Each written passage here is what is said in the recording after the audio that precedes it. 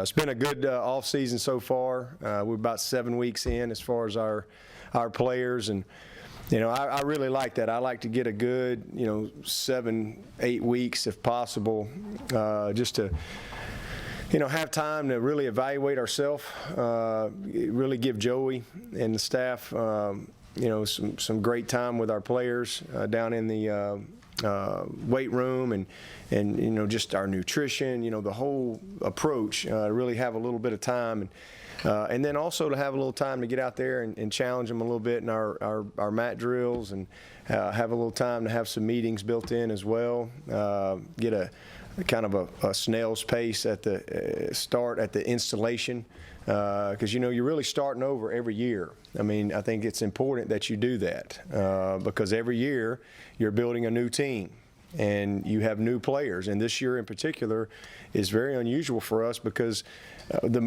our team is pretty much here. We only have 10 guys, 10 scholarship guys that aren't here that'll be joining us in the summer, and so and maybe a few of those guys can help us. I don't know. We'll see. But our football team is going through spring practice, and that's not always the case in college football. Usually you have most of your allotted new guys coming in the summer, but with 15 mid-year enrollees, it really gives us a unique opportunity. And you have people entering your program that know nothing every year, and you really have to start over. But it gives the older guys an opportunity to kind of reestablish, when you throw it maybe a little bit more sticks this time around, and they just kind of continue to progress with your system. So that's really what spring ball is about. It's fundamentals, it's technique. We've learned a lot about ourselves, studying ourselves, talking to other coaches, looking at our problems. Defensively, we were the standard, in a lot of areas, this year. Usually you study yourself and you say, okay, well, we were 20th in third down, for example. Well, what was first? Who was first in the country? And you kind of study yourself, and we were the standard in a bunch of categories, and we weren't off in several others. So that's a real positive. So how do we continue to try to sustain some of that success, but then where do we need to improve? We look at our big plays. We look at, we think we gave up too many runs of 10 yards or more. Why?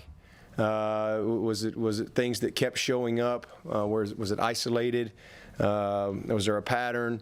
Was it missed fits, missed tackles, poor eyes, poor alignment? Busted assignments, whatever. And then same thing on the offensive side as we really study ourselves. Had 28 sacks. Why? Well, 12 were on the offensive line. 12. The offensive line was responsible for 12 sacks. Well, okay, there's 16 more. The offensive line always gets blamed for all of them, but, well, why? Well, the quarterback had this many. Our tight ends had these. The running back had, and so how do we fix that? First thing that everybody's going to jump out at everybody is the defensive line. We lost, a bunch of NFL guys.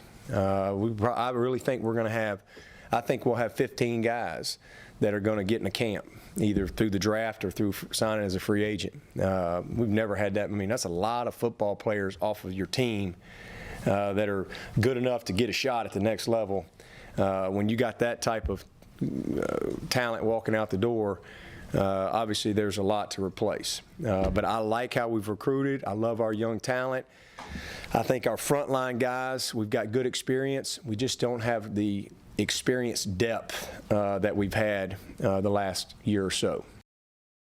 I mean, because there's just so much work to be done, and a lot of competition ahead for all of these guys. Just because you started last year doesn't mean you start this year. You have to earn it every year. You got to prove it all over again. So we typically will start with the veteran guys, and then we'll go from there. But it's spring ball is about giving everybody an opportunity to compete.